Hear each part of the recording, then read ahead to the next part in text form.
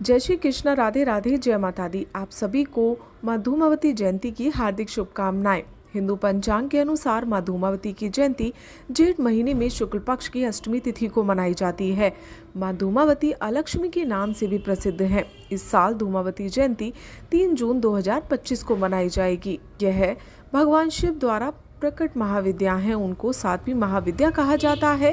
वह दरिद्रता को दूर करने वाली देवी हैं। उनको दुखों को दूर और गुस्से को शांत करने वाली देवी भी माना जाता है।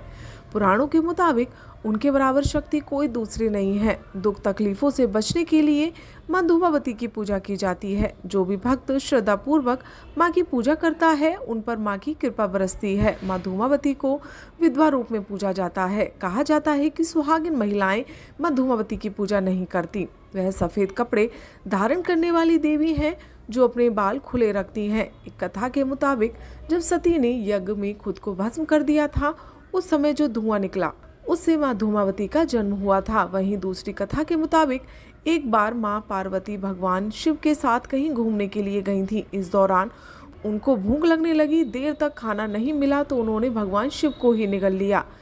शिव की प्रार्थना के बाद उन्होंने उनको वापस उलग दिया। कहा जाता है कि शिव ने उनको विधवा रूप में रहने का श्राप दे दिया था।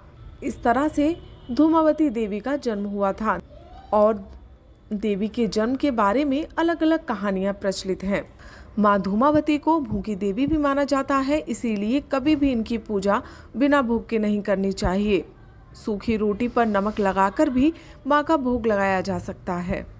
और पंचांग के अनुसार अष्टमी तिथि 2 जून को रात्रि 8:34 पर प्रारंभ होगी और 3 जून को रात्रि 9:56 पर समाप्त होगी। ऐसे में धूमावती जयंती 3 जून को मनाई जाएगी। और कहा जाता है कि माँ धूमावती का केतु ग्रह से भी संबंध है और इसीलिए यदि आप केतु ग्रह के बुरे प्रभावों से छुटकारा पाना चाहते हैं तो आपको देवी की पूजा जरूर करनी चाहिए। और यह दिन इस साल 3 जून को मनाया जाएगा।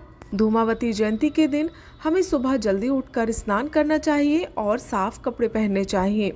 इसके बाद माता के पूजा स्थल को गंगा जल से पवित्र करें। माता के चित्र या मूर्ति को एक पाट या चौकी पर विराजमान करें जिस पर काले रंग का कपड़ा बिछा हो। इसके बाद माता के चित्र या मूर्ति पर गंगा जल छिड़ककर स्नान कराएं। इसके बाद एक कलश भरकर उसे विधिवत स्थापित करें।